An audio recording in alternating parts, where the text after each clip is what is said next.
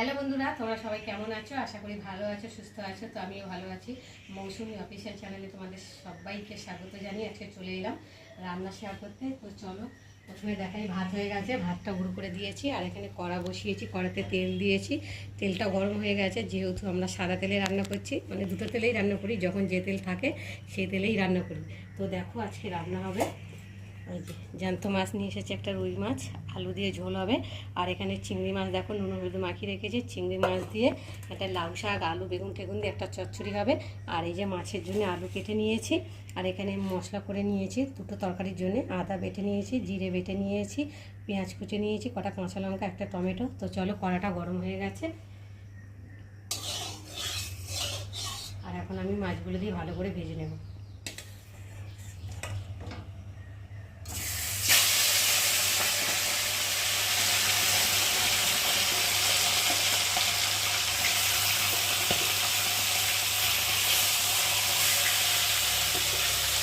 একবেলা মাছ খাওয়া হবে, তার জন্যে একটা ছোটো থেকে রুই মাছ নিয়েছে, দেখতে পাচ্ছ। তো 400 দিন হয়েছে, একবেলা মশা হবে। তো রাত্রে আবার আমি কিছু, তোমার দাদাভাইটা রাতবেলা মাছ খেতে চায় না, ওই জন্য তোমার দাদাভাইয়ের জন্য আবার রাত্রে কিছু ডিম টিম করবো। তার জন্য দেখো একটা মাছ নিয়েছি। মাছগুলো ভাজা হয়ে গেছে, এপিট ওপিট করে দুপিট ভালোভাবে ভেজে নিয়েছি লাল লাল করে।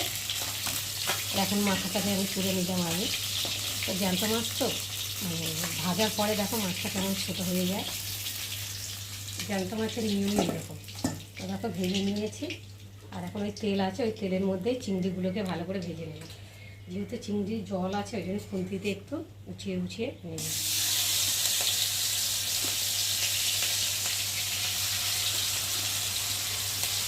কতটা জল দিয়ে দিয়ে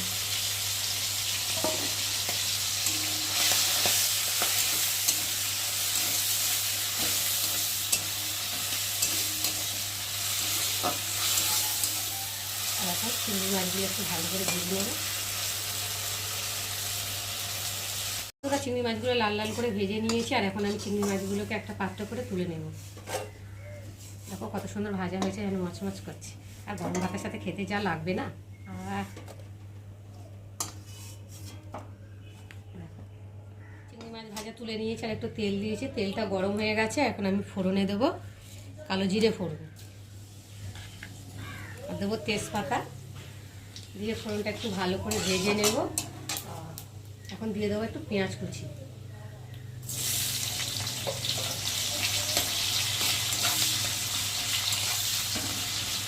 পেঁয়াজটা একটু ভালো করে ভেজে নেব।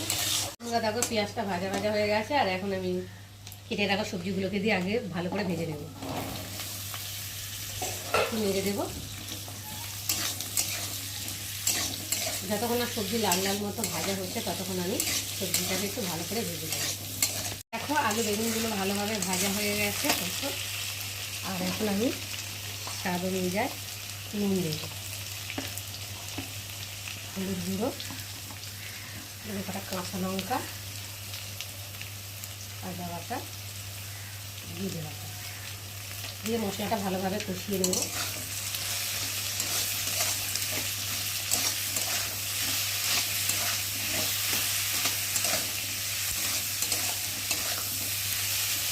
আর এর মধ্যে দিয়ে দেবো ভেজে রাখা চিংড়ি মাছগুলো। এই রাখবো এই খাবার জন্য একটু রেখে দিলাম ভালোটা, একটু ভালো করে কষিয়ে নেব। মশলাটা দিয়ে ভালোভাবে কষিয়ে নিয়েছি। আর মশলা থেকে দারুণ একটা গন্ধ ছেড়েছে। আর দেখতে পাচ্ছি মশলাটা ভালোভাবে ভাজা হয়েছে। আর এখন আমি কেটে রাখা সঙ্গে শাকগুলোকে দিয়ে ভালো করে ভেজে নেব। কষিয়ে নিয়ে ভাজা কখনোই যাবে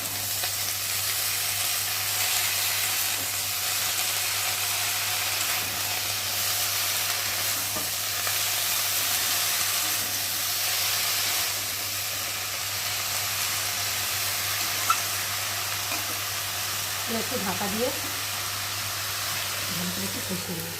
তো বন্ধুরা চলো এবার ঢাকাটা খুলে দেখি। দেখো কতটা হেজে গেছে আর কোনটুকুনি হয়ে গেছে। আর যখন দিয়েছি মনে হয় যেন এক কড়া নাড়ায়া ছিল না। আর এখন দেখো হেজে কোনটুকু হয়ে গেছে। আর একটু ভালো করে নেড়ে দেবো।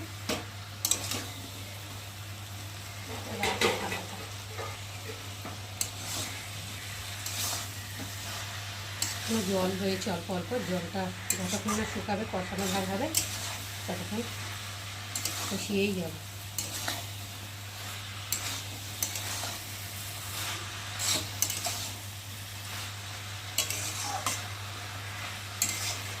দেখো ভালোভাবে কষানো হয়ে গেছে, আর জলটা যে ছিল সেটাও শুকিয়ে গেছে, আর ভালোভাবে কষানো হয়ে গেছে। আর এখন আমি জল দিয়ে ভালো করে একটু ফুটিয়ে নেব, কারণ ডাটা তো একটু জল না দিলে সেদ্ধ হবে না।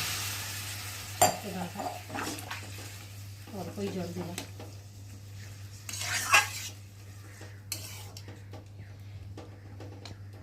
চলো এখন ঢাকা দিয়ে ফুটিয়ে নেব। চলো এবার ঢাকাটাকে খুলবো। তো দেখো ঝোলটা অনেকটাই শুকিয়ে গেছে, আর আলুগুলো তো সেদ্ধ হয়ে গেছে দেখেই বোঝা যাচ্ছে। আর দেখি ডাঁটাগুলোকে সেদ্ধ হয়ে গেছে, হ্যাঁ ডাঁটাগুলো সেদ্ধ হয়ে গেছে। আর এখানে একটু ভালো করে নেড়ে দেবো,